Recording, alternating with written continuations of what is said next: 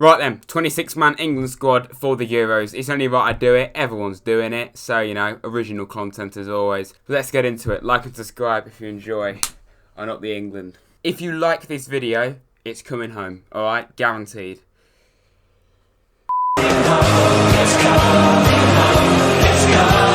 In goal, I'm going to go for Nick Pope. He's been fantastic again for Burnley. One of the main reasons why they are still going to be in the Premier League next season. I think if he played for a so-called bigger club, or greedy six as we should call them nowadays, I think he'll get a lot more deserved recognition. Behind him we'll have Jordan Pickford and Dean Henderson. Now there's an argument for Pickford that he hasn't really put a foot wrong for England. It's only been at club level that he has been a little bit dodgy. Because let's be honest, he has been quite dodgy at times. But then again, his form of late has improved. So there is an argument that he will still play at the Euros. And if he did, I wouldn't be that angry. I would be pretty solid with it. But if I had to really choose, I would go for Nick Pope. Because I just feel he deserves it more given his form in every game for club and country. Henderson's played a lot for United this year, so I think he definitely deserves to go, but I feel maybe he's not quite ready to be getting game time. The third choice goalkeepers basically never play at Euros or World Cups anyway.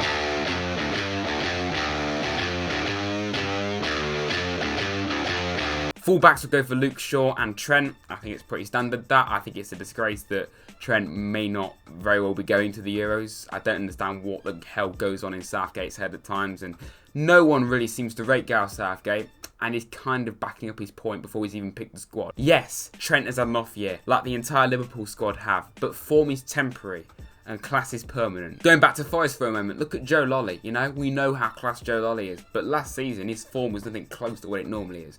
And it's the same with Trent. And again, for England level, when you're playing for your country, it's different to playing for your club. So I don't know how Trent can't be in this team at the very least. Luke Shaw, having had one of the worst injuries you can possibly get in football, he's completely and utterly recovered and revitalised himself, and he's now probably the best left back in the Premier League. In fact, he is. Who else is there that can really top him this season anyway? Consistently been at it every game for United, even games that they've lost.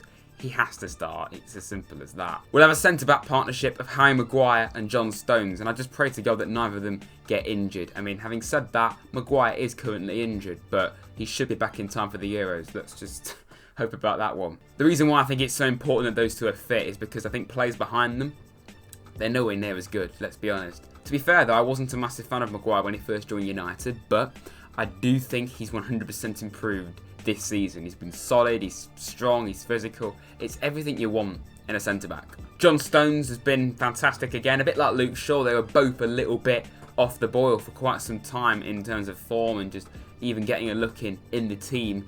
But how they've recovered themselves this season, both of them, is credit to them.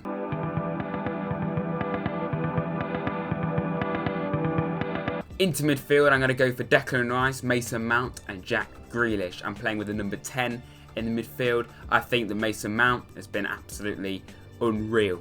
Unreal. It's just a shame that he used to wear a ram on his chest for an entire season, but we'll look over that. He completely mugged off Real Madrid in the Champions League semi-finals. Need I say any more?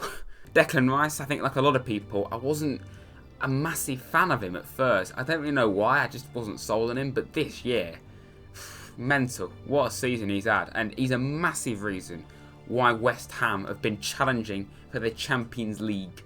And if they don't get Champions League, they're going to be getting one of their best finishes in their entire history. And before he got injured, he didn't miss a single minute this season. Every single game, he played the full 90. And that says everything about how important Declan Rice is. And then Jack Grealish. I don't really know why it's taken him this long to get proper recognition at England level. I think he's been quality for years.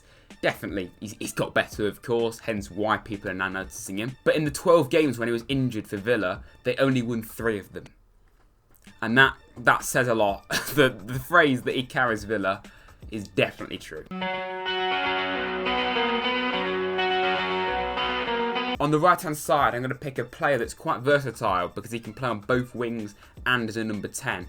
But I'm going to put him on the right. That is Phil Foden. All I need to say is just watch Phil Foden. That's why I've picked him. Because just watch his goal against Brighton the other day. He ran the length of the pitch and then coolly slotted it past Sanchez in Brighton's goal.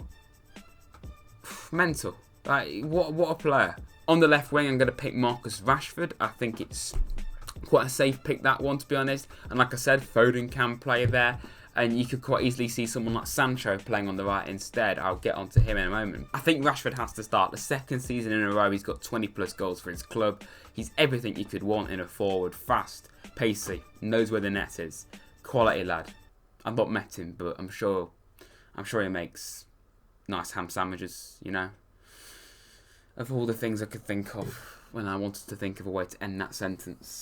And up front, one of the best strikers in world football, wants to leave Spurs. Can you blame him? Not in the slightest. It is Harry Kane. The talisman, the bagsman, the leader. Alright, he's not quite a legend yet, but he'll be on that level 100% one day. Look at how he carried England at the World Cup. He'll do that again 100%. You cannot not start Harry Kane. He's one of the best finishers as well. Like, some of the goals he can score from long range. He can quite comfortably, when under pressure, finish.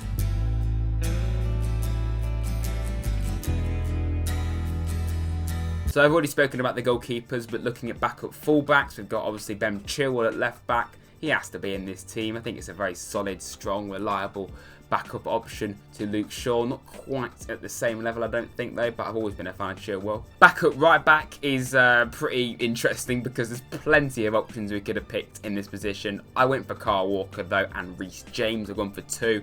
I wouldn't normally pick 3 right backs, but I think you kind of have to, really. And Reece James, he can play as a centre half as well. He played there in the cup final, so that's one of the reasons why taking James would also be useful, because if need be, we could play him in other positions as well. Kyle Walker for more experience. You know, we've got Trent, who obviously is getting more and more experienced every single year now. Played in Champions League finals, played at the World Cup before. James has never played at any of those kind of things.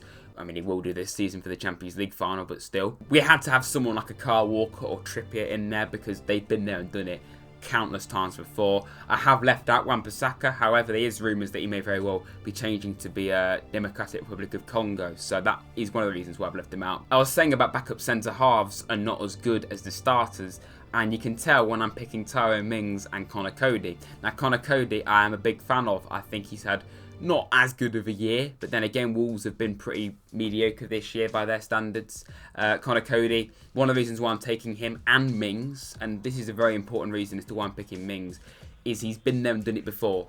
Okay, he's not played at tournaments, but he's played for England, and that is so important. International experience. That is why Mings, I feel, deserves to get in ahead of Konza. However, like a lot of people, I do think Konza's better than Mings. But, like I said, he's got the experience, and it's important. I don't think just picking Konza, throwing him in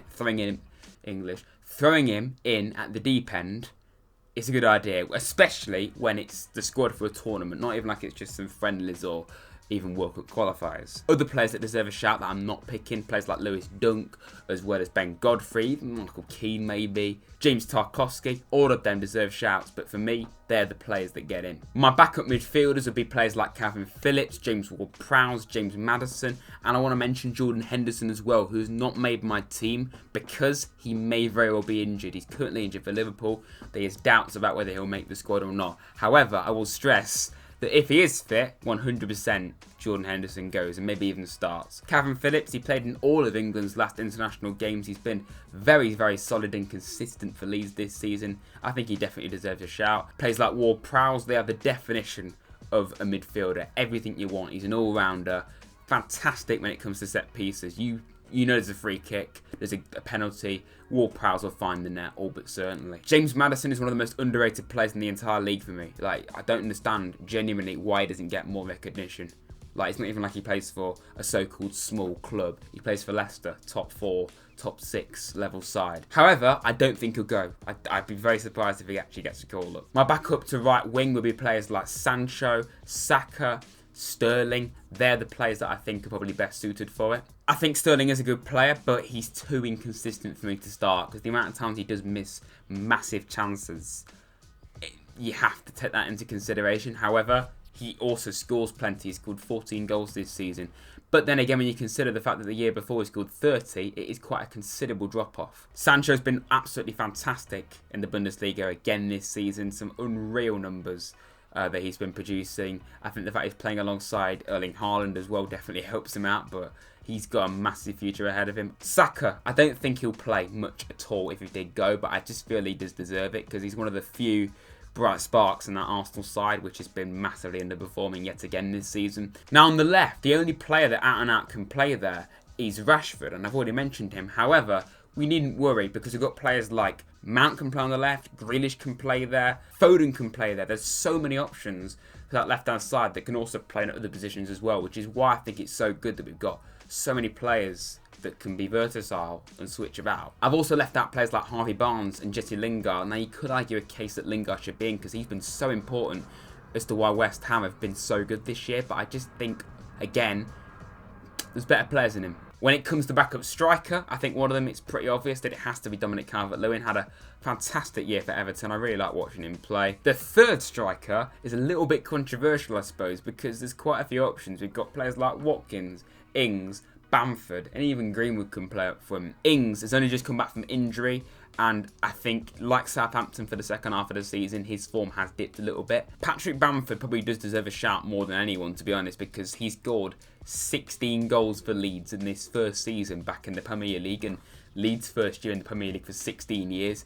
I think it's kind of sad that people aren't really recognising him. Having said that though, I'm not recognising him because I'm not going to pick him. I'm going to pick Ollie Watkins. He has had quite a few spells this season where he's not scored for like a long period of time, Watkins, but I think he's a quality player. He's fast and he knows where the net is, which is pretty important when you're a striker, to be honest. And I'm literally watching Spurs losing to Villa in the background, and Watkins scored in this game, so that backs up my point, really. I forgot to mention as well in midfield, players like Bellingham. I was really close to picking him, and I think he's a fantastic player. He's only 17, and he's absolutely smashing it up for Dortmund. Maybe I'm wrong not picking him, but that is my squad. If you agree, which you won't, let me know in the comments below. Name your entire squad. Why the hell not in the comments? I'd love to see what you're thinking. If you've enjoyed this video, everyone, make sure you like and subscribe to the channel. And yeah, there'll be plenty of content coming very soon about the Euros. There'll be lots of England coverage as well. So yeah, I'll see you very soon. Thank you.